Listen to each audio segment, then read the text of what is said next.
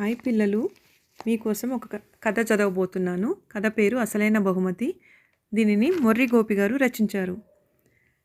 ఉదయగిరి రాజ్యానికి రాజు విజయేంద్రవర్మ.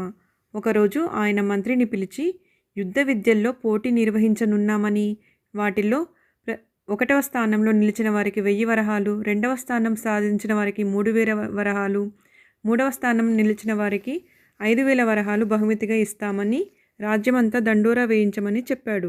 రాజాజ్ఞ ప్రకారం అదే రోజు రాజ్యంలో దండోరా వేయించాడు మంత్రి.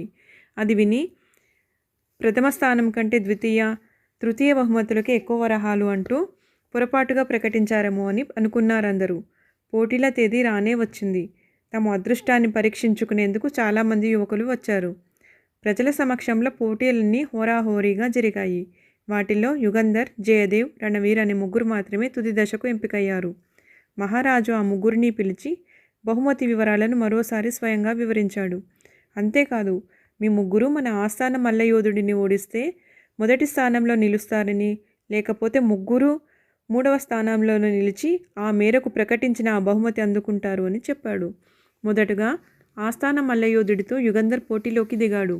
3వ బహుమతికి ఎక్కువ మొత్తం కావడంతో ఓడిపోవడమే మంచిదనుకున్నాడు అతడు. అందుకు తగినట్లే ప్రత్యర్థికి ఏమాత్రం పోటీ ఇవ్వకుండానే ఓడిపోయాడు. ఆ తర్వాత జయదేవ్ కూడా అదే ఆలోచనలతో బరిలోకి దిగాడు. ఏదో తూతు మంత్రంగా పోరాడినట్లు చేసి ఓటమి పాలయ్యాడు.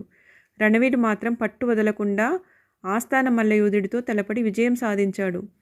ఓడిపోయి 3వ విజేతలుగా నిలిచిన యుగంధర్, జయదేవులను మహారాజు పిలిచి, మీకు గెలిచే సత్తా ఉన్నా ఎక్కువ వరహాలు వస్తాయనే ఆశతో కనీసం పోరాటం కూడా చేయకుండా ఓడిపోయారని నాకు అర్థమైంది. కానీ ఈ పోటీ ప్రధాన ఉద్దేశం మన రాజ్యంలో ఖాళీగా ఉన్న సైన్యాధికారి పదవిని అర్హత ఉన్న వారితో భర్తీ చేయడమే. బహుమతి కోసం తనను తాను మోసం చేయకుండా పోరాట స్ఫూర్తి చూపిన రణవీర్ను సర్వ సైన్యాధ్యక్షుడిగా నియమిస్తున్నానని ప్రకటించాడు.